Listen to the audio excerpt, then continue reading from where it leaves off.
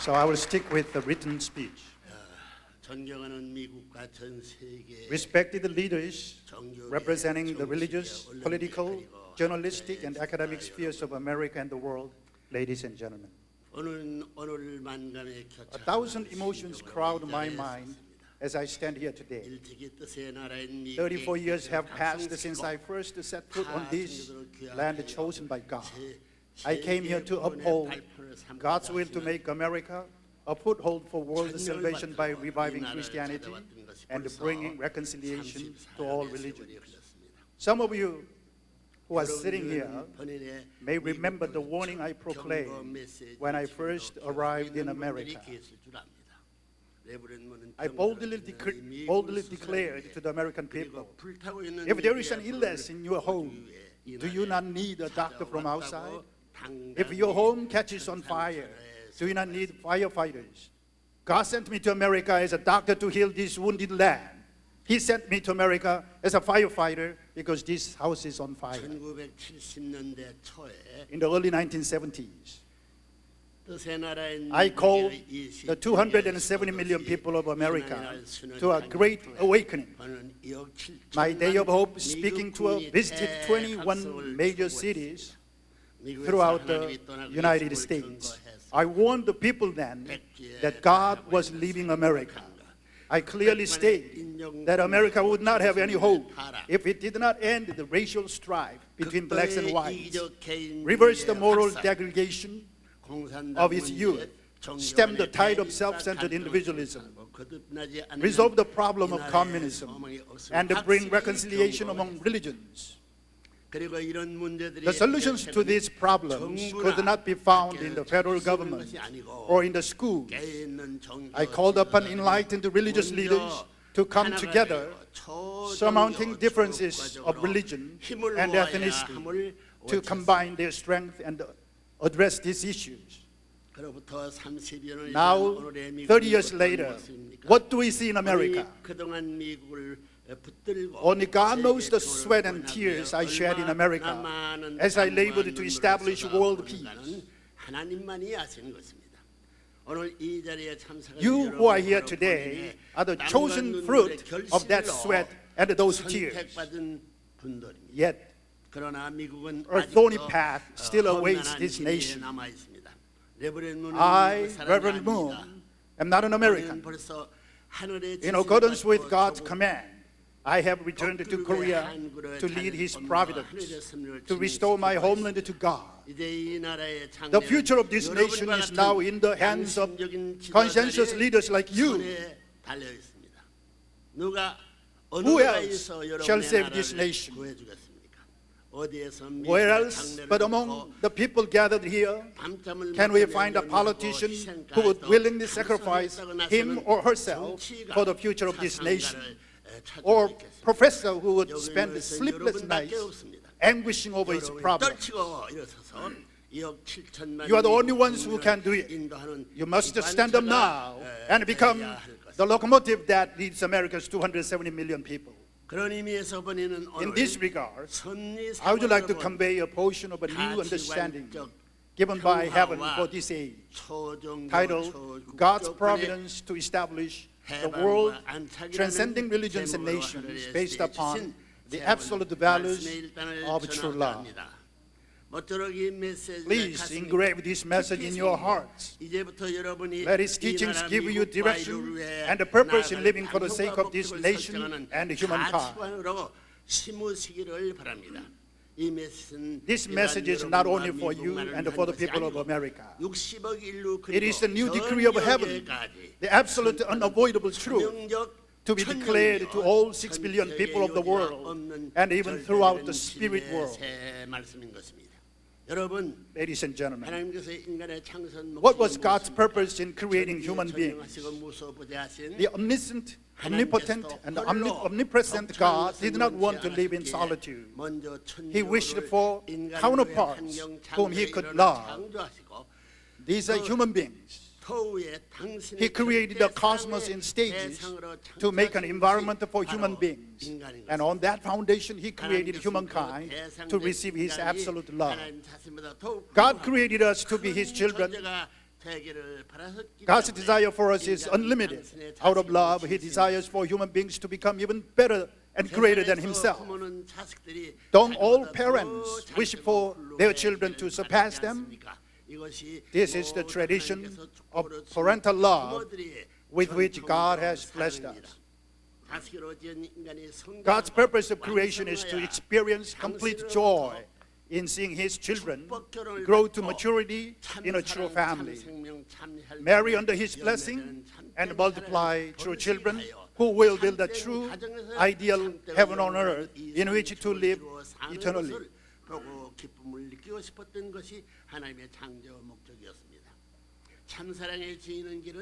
They would be the fruits of God's true love, true life, and true lineage.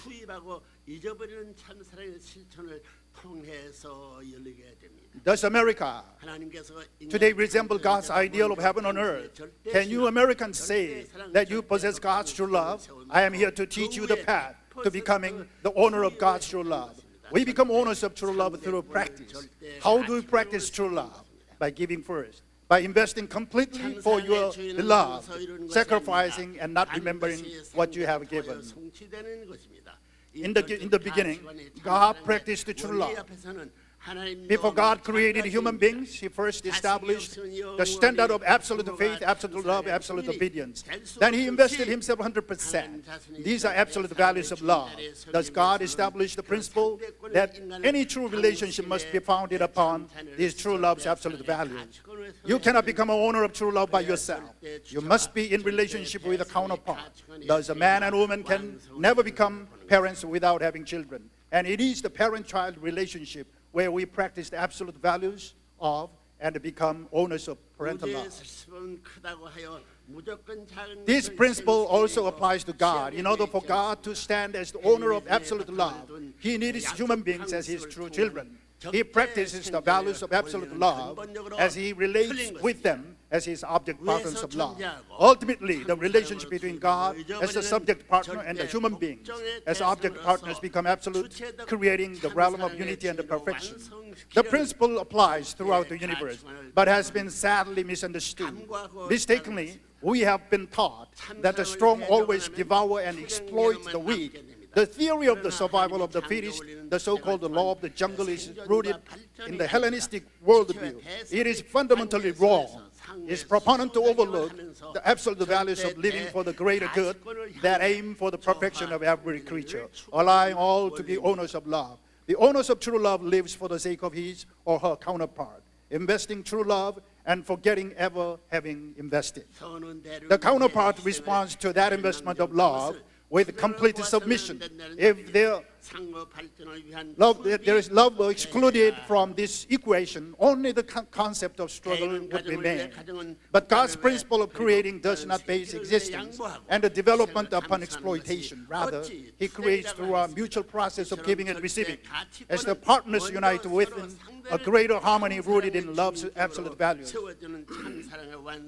Sometimes an entity is sacrificed for the sake of a greater good. But we should not interpret this as a moral evil. It is an investment for the sake of a mutual development. Is it evil for an individual to sacrifice for his or her family? Is it evil for a family to sacrifice for the nation or nation for the world? No. These noble acts display love's absolute values. They are the way to fully realize true love. An owner of true love strives, first of all, to lift up his or her object partner as the owner of true love. Therefore, we must completely rid ourselves of the individualistic mindset and the self-centered behavior that flows from it.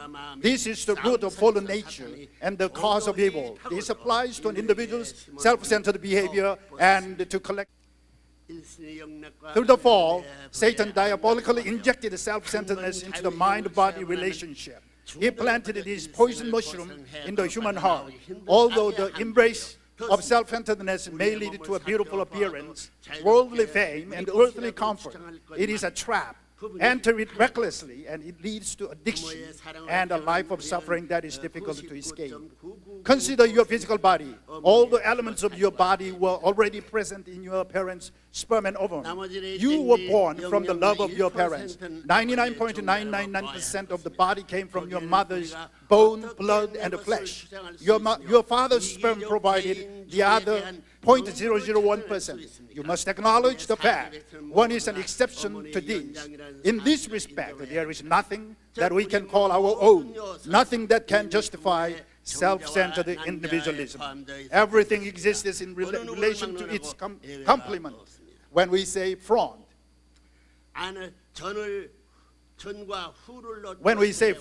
it presupposes a back. Top is meaningful only in relation to bottom. Left is a precondition for right. By the same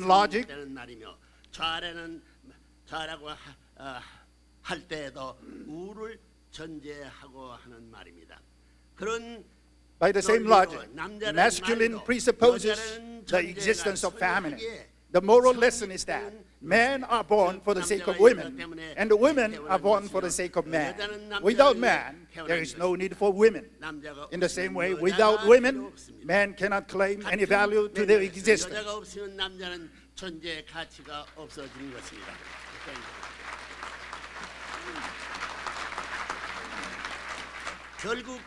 In the end, nothing is born for its own sake. All beings exist and act for the sake of a partner.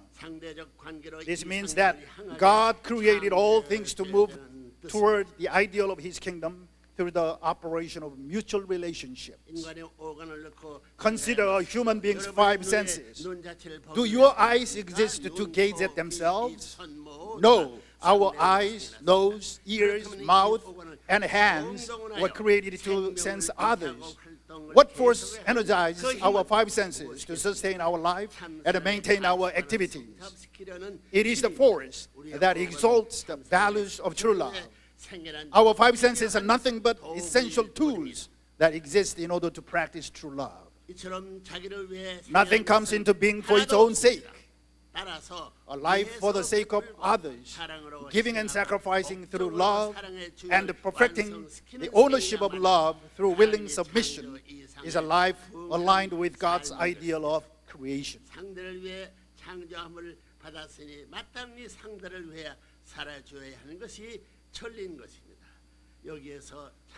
Today I ask you to recognize that each of you was created for the sake of your partner. Know that the law of nature calls you to live for the sake of your partner. Practice this way of life and you will come to embody the absolute values by which you can become an owner of true love. When God created the first two human ancestors, Adam and Eve, in the Garden of Eden, He gave them sexual organs. Why did He do that? It was so that they could grow to maturity, marry, beget children without sin, and establish the kingdom of heaven on earth. Thus were they to perfect God's ideal of creation. Adam and Eve should have accomplished this within their lifetime. The problem was that Adam and Eve fell. They became people of false love, false life, and false lineage. Instead of embodying and multiplying God's love, God's life, and God's lineage, Adam and Eve received the satanic lineage. They fell into disgrace, and worse, they transmitted Satan's lineage to their children. They lost the true love's absolute values and instead became beings of no value. Hence, God had to drive them out of the Garden of Eden. Adam was supposed to have become God's body on earth. Eve was supposed to become not only Adam's bride, but also God's bride. Instead, their minds and bodies were corrupted. They lost their ideals and they turned into enemies. How grieved was God's heart as He viewed that tragic reality. The fall was Adam and Eve's grave. It robbed God of what belonged to Him. The fall was the root of free sex and the origin of self-centered individualism. Take a look around you. You see self-centered individualism of the world's worst kind. Everywhere, people are over-consuming out of greed. Free sex is rampant among the young. Whether in the East or the West, people are casting aside the dignity and value of the family and pursuing physical pleasure.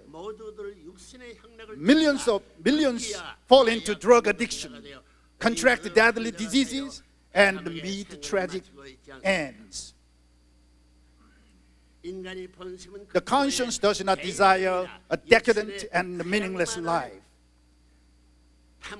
Even as we pursue path of extreme individualism and bodily pleasure, our conscience raises an alarm.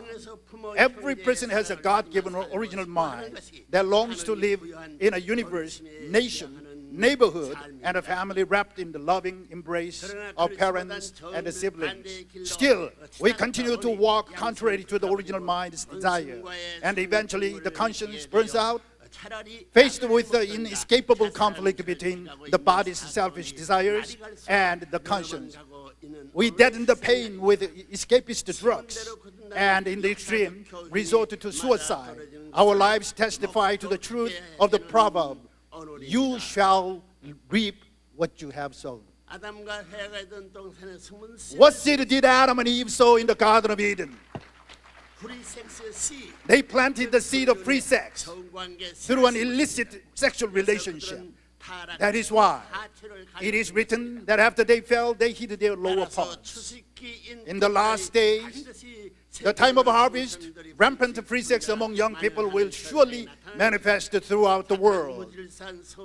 Through promiscuity, Satan is carrying out his last campaign to deter anyone from returning to God. Satan's goal is to destroy humankind and perpetuate hell on earth. When young children are caught stealing sweets, their natural reaction is to hide their hands or mouth. If Adam and Eve literally had eaten fruit from a literal tree, they would have hidden their hands or covered their mouths. So, I ask you, why did they hide their lower parts? We cannot deny that the human fall was caused by an illicit sexual relationship between the first human ancestors. God could not do anything in the face of the tragedy of the fall because it was connected to Adam and Eve's responsibility to create true lineage, their lineage. Most important thing is brother lineage. 이런 천국과 지역이 어디서 갈라졌는지 Dear guest, do you know the dividing line between heaven and hell? Is it in the air? Is it in the church sanctuary? Is it in a national government? No. The dividing line between heaven and hell is found in your sexual organ. This is where the greatest tragedy in human history occurred, which turned heaven and earth upside down. If you use your sexual organ recklessly, like a blind man, you will surely go to hell. On the other hand, if you use it in accordance with the standard of God's absolute love, you will automatically go to heaven. Who can deny this? If you doubt it, I ask you to carefully read the divine principle, which contains the laws of heaven that were revealed to me. If that does not answer your doubts, please pray about it sincerely. I'm sure that God will answer your prayer.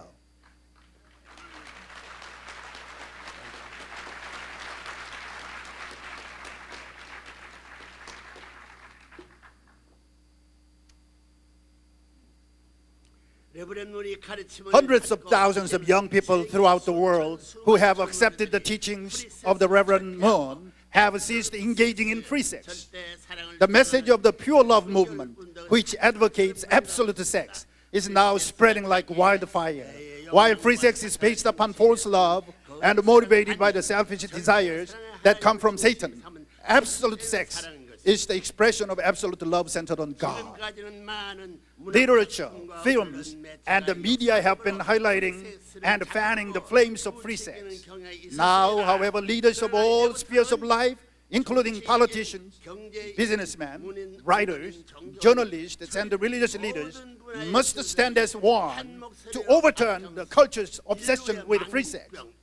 This disease cripples individuals, families, and nations. We must bear in mind the importance of Adam's family, the ancestors of humanity. It was Adam's family that destroyed the path to true love and the world peace. Yet, Adam's family had the potential to establish the absolute values of true love and lay the cornerstone of world peace. If only they had maintained their pure love and received God's holy marriage blessing. The reason why 10 years ago, how can we transform this world of conflict and war into a world of harmony and unity? The only way is by practicing true love and establishing love's absolute values as a global ethic. These eternal, unchanging, unique, and absolute values are the attributes of God. The owner of true love, we must inherit them as our own and live accordingly. Ladies and gentlemen, why is the family a good thing? A good family overflowing with parental love is the place where we can express our original freedom. It doesn't matter whether a family is rich or poor. If true love is at the core, their bond of heart is liberating. That family can liberate humankind and even liberate God. Freedom cannot exist without true love. If you visit someone as a guest, you feel reserved and inhibited. This is because initially you may lack a deep bond of true love with that household. In other words, because your love does not spread in all directions, you feel awkward and shy. However, after you visit that home many times and your bond of love with that family grows, you lose your shyness and begin to relate freely. In God's blueprint for the family, the parents embody the highest and the greatest value. Parents are the initiator and the center of eternal true love. No bond is closer than the lifelong relationship between parent and child. When a child is born, the first person it relates to is his mother. Mother and baby share indescribable joy. When the child is happy, the parents share that happiness. When the child is sorrowful, the parents are the first to shed tears of sorrow. Thus, God intends that parents be the beginning and end of their children's joy. For this reason, we have sympathy and compassion for children who have no parents. We call them orphans. A loving couple, husband and wife, is the second most valuable existence in the family. A true husband and wife give and receive love that is unconditional. As newlyweds, their love does not begin as absolute, eternal love, but as their relationship matures, their love should become an absolute bond, taking after God's attributes of absoluteness and eternity. Then their true love will bring happiness and joy to the family. But even if a husband and wife enjoy the most ideal relationship and it goes no further than the couple, it will not bring the absolute value of eternal happiness and joy. Therefore, couples needed to have children. Imagine what would happen if all couples decided not to have children, saying that they would rather just enjoy their own happiness. Humankind would become extinct within 2 generations. When a husband and wife receive love from their children, they rise to the position of parents. Only then can they be called a true couple. Again, I repeat, humankind would become extinct within 2 generations.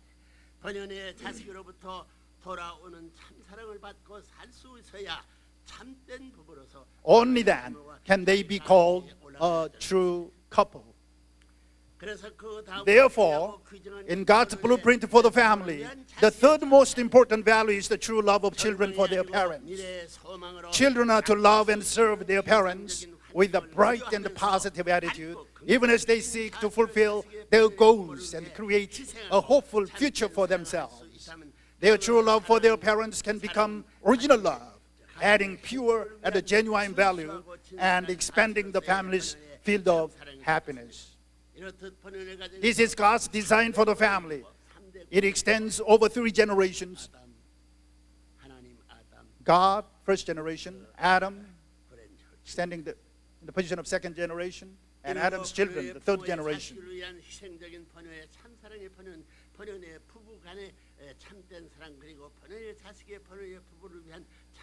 It extends over 3 generations, completely endowed with the sacrificial love of parents for their children, a true love between husband and wife, and a true love of children for their parents. Families anywhere in the world which manifest this pattern will become the paramount ideal true family.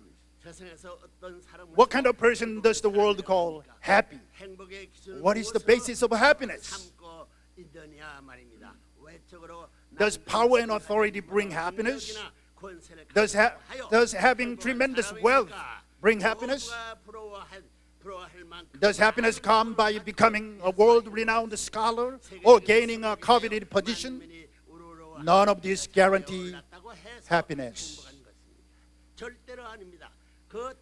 Nothing external can be the basis of eternal happiness. Sooner or later, the happiness it brings will fade, stimulating anew the search for happiness. In the end, a person finds genuine happiness in a family that has loving parents, a couple bonded in true love, and the children who are devoted and faithful to their parents.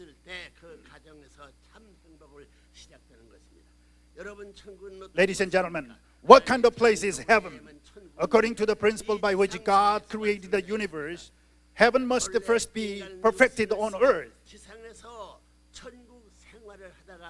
Men and women were created to live their lives in heaven while on earth in their physical bodies. Then when they naturally discarded their flesh, they will make the transition to heaven in the spirit world, where they will live for eternity. Our task then is to build the kingdom of heaven on earth. Then what should the kingdom of heaven on earth look like? The answer is near at hand. The kingdom of heaven has the same form as God's design for the family. In an original family, there are parents of the original standard, husband and wife of the original standard, children of the original standard, and siblings of the original standard. If the members of the family unite in true love, they automatically create harmony and unity. In this way, true love, true life, and the true lineage are passed on through the generation. The grandparents convey the tradition of true love to the parents. The parents bequeath the same life of true love to their children. In their siblings' relationship, the children take after their grandparents and parents by living for the sake of others and forming original relationships of true love. When this happens, that family becomes a heavenly family. Such a family may be called an original family, a true family, a family that fulfills God's purpose and ideal. Unfortunately, even one of these components is missing. It is impossible to create an original family that can be a unit of the heavenly kingdom. In an original family, love for one's parents should be stronger than the love between husband and wife.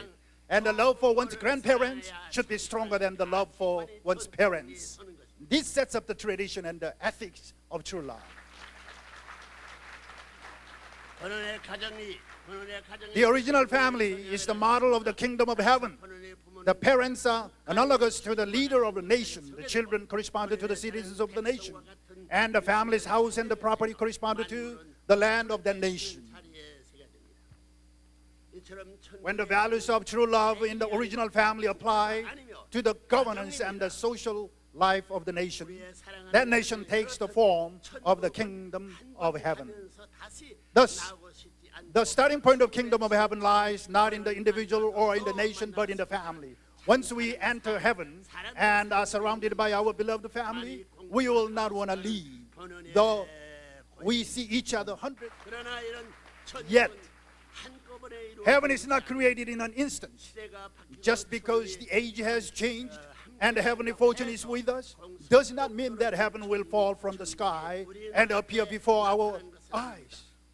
We first must become people of character who can create heavenly families.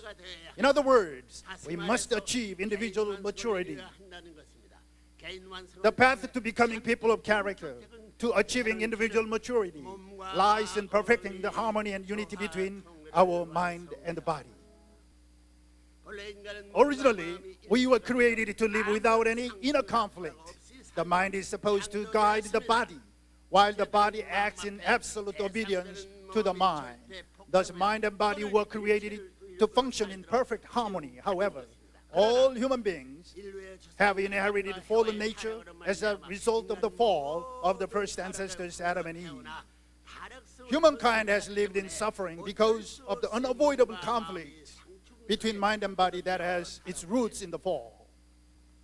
No one in history has ever achieved the mind-body unity during his or her life on earth.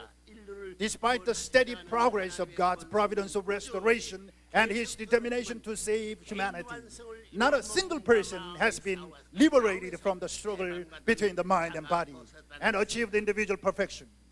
Although countless monks and hermits have followed the arduous path of asceticism, living in caves deep in the mountains and devoting their entire lives to meditation and prayer, no one has ever triumphed in that struggle. The reason that even enlightened sages have been unable to stop the struggle between the mind and body is simple. No one has known the method to win the unrelenting internal war. Self-discipline alone is not enough to win the victory. All such efforts are worthless unless one understands the providence of heaven, receives the call, reaches the stage of completing the providence of restoration that God has guided for thousands of years, and gains victory in a position publicly recognized by heaven and earth.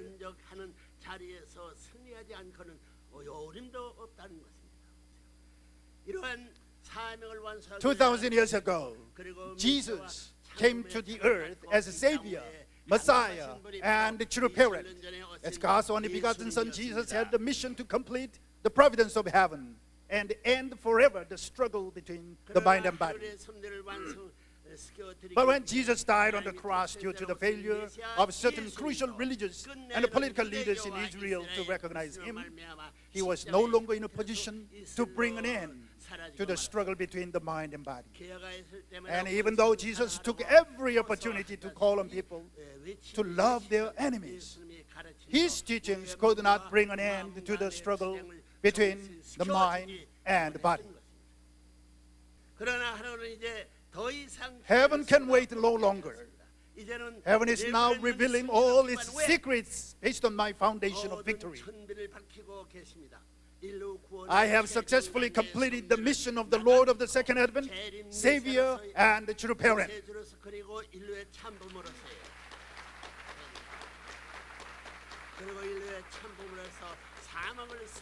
Now, I am revealing this truth, bringing to a conclusion the final stage of the providence of humankind's salvation. The absolute values of true love that I am teaching you today will bring a revolution of character within humankind. Those who follow my teachings will achieve individual perfection and participate in the construction of the ideal of heaven on earth.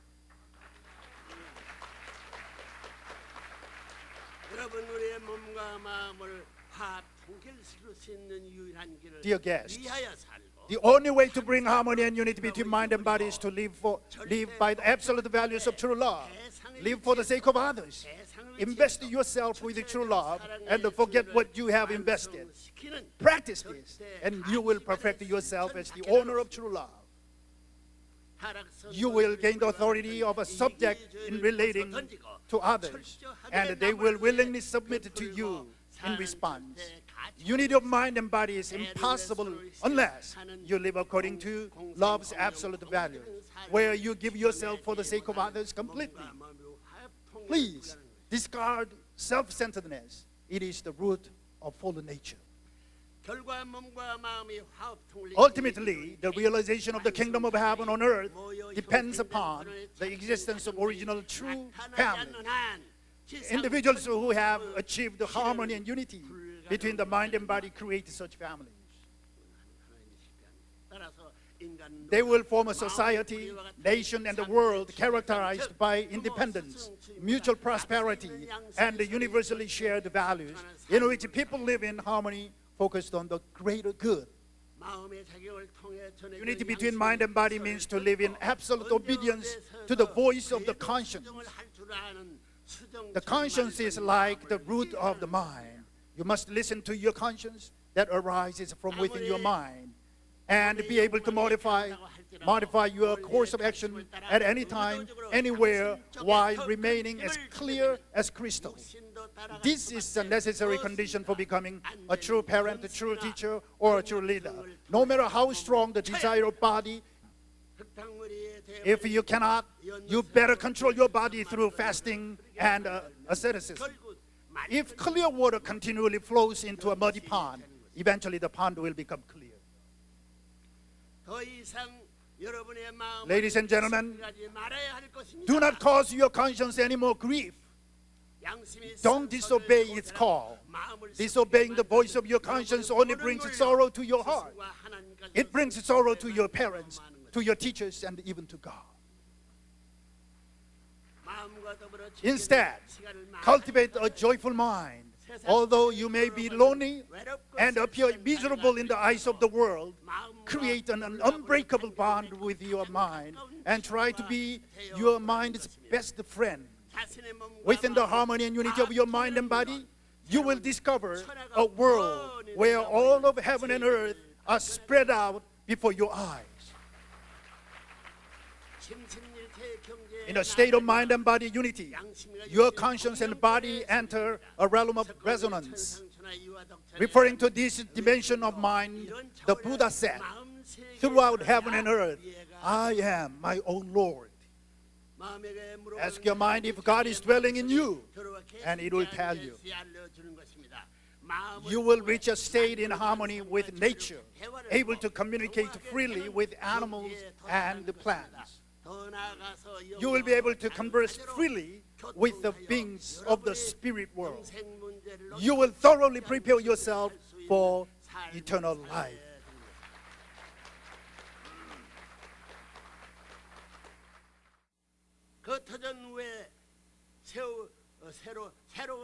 You need to make that victorious foundation in order to practice the absolute standard of true love, which is the standard for our lives in the age after the coming of heaven, and live eternally as God's true children. In addition, you must go through a revolutionary course and give up all your property and your external rights of ownership to heaven.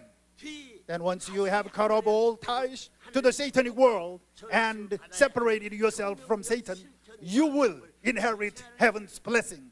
That means to increase heaven's wealth of sanctified assets, such that Satan can never gain claim ownership over them. Satan will never gain claim ownership over them.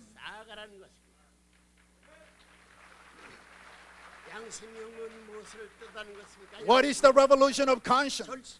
It is an internal revolution that we carry out by practicing absolute obedience to the voice of our conscience. I am sure you cannot deny that within you there is still the unending struggle between the commands of your conscience, which pursues what is good, and the inclinations of your physical mind, which follows the desires of your physical body. To bring this shameful internal conflict to an end, we must have a clear understanding of the function of the conscience. The conscience knows everything about you, your every move, and your every thought. It knows them before your teacher does. It knows them before your parents do. It knows them even before God does. What happens when you go against the commands of your conscience? You will be attacked by pangs of conscience. Dust gathers, grime builds up, and wounds appear on your soul. These wounds can never be erased. They are fearful baggage that you carry with you when you go to the spirit world. Therefore, you must work in a revolutionary way to suppress your physical mind and accept the guidance of your conscience. Then you will become a clear, unblemished and clean soul, ready for the day that you make your way forward into the presence of God. 박수 한번 할게요.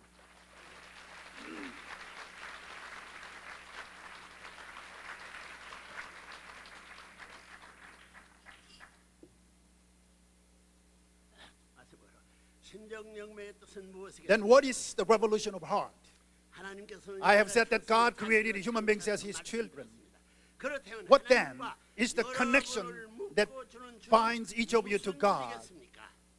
부모와 It is 자식간의 the love and 참 heart 사랑이 between 더 parent and 심정이다. child. 부자지간에서 If there is no 성경을 communication of 공부하지 heart 않으면 between 어떻게 parent and child, 부모와 how can they 자식의 maintain a 참 relationship of 사랑과 love 존엄한 관계를 and 유지할 수 respect? 있겠습니까?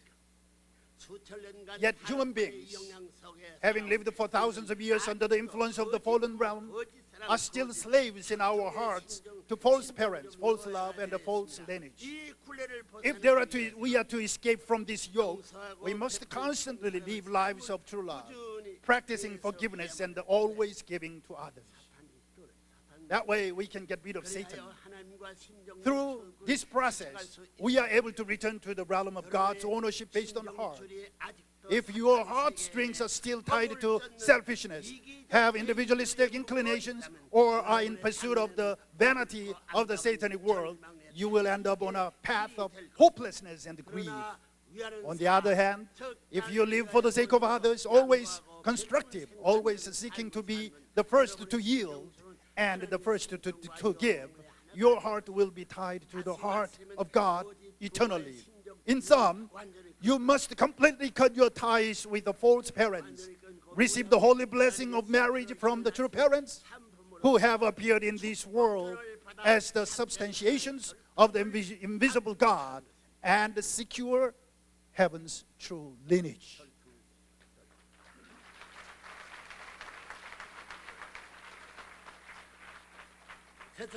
Third, you must scrutinize your own lives every moment of every day.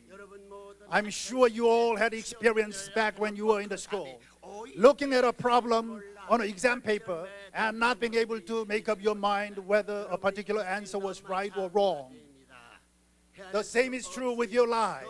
I'm asking you, in the course of your daily lives and faced with innumerable different situations, to analyze and scrutinize each moment as to whether or not you are right or wrong. Grade yourselves, giving yourself an O if you're right, or an X if you're wrong.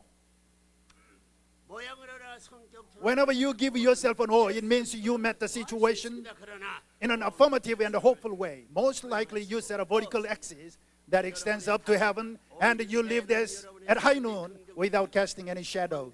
Your life undoubtedly had such depth and breadth that you were able to forgive and embrace even your enemies in the spirit of true love.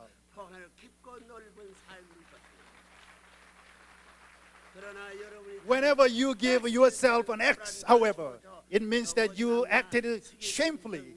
Possibly your heart was filled with negative elements such as insecurity, irritation, bitterness, and envy. Maybe your mind and thoughts were narrow and intolerant, and you were selfish and individualistic to the point that you did not see what was happening to others around you. I believe that your choice could not be clearer. Every moment of your lives should deserve an O grade. You should be like the letter O, which is perfectly round and not out of shape in any way.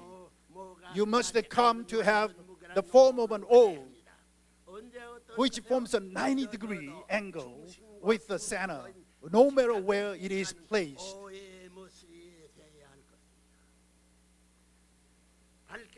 Please lead lives in which your purpose, you pursue the true O, so that you can look at the brightly burning sun and not be ashamed. You can face the vast and the infinite universe with honor, and you can stand before all of creation having nothing to hide. An O symbolizes harmony, unity, and peace. X symbolizes death, while O symbolizes love and life. When your mind and body become completely one, you will take on the appearance of an O. And when your mind and body are in a state of chaos as a result of conflict, your appearance will take on the shape of on X. You know yourself well. 여러분 이제 인류는 Ladies and gentlemen, 참 부모님께 today, 감사해요. humanity has entered the age after the coming of the heaven. The realm of true liberation and complete freedom stands before us. This is an unprecedented event in history and one that will never be repeated in the future.